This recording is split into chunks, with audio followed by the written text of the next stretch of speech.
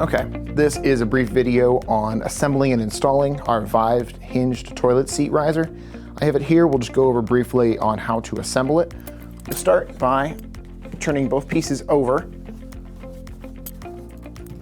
What you'll see here are these small pins that fit into the holes in the bracket.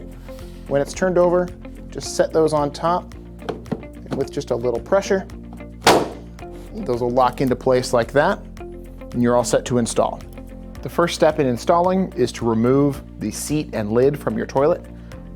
You will take the assembled toilet seat riser and align the screw holes in the back with the bracket to the screw holes in the back of your toilet. Your next step is going to be to replace the toilet seat and lid.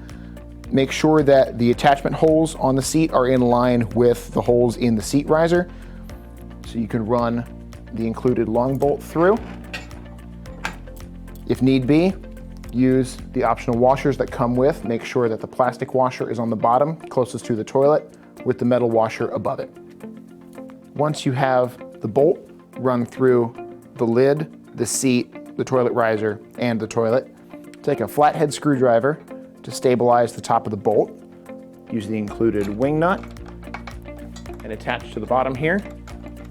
Turn the wing nut and the screwdriver against each other to tighten them down,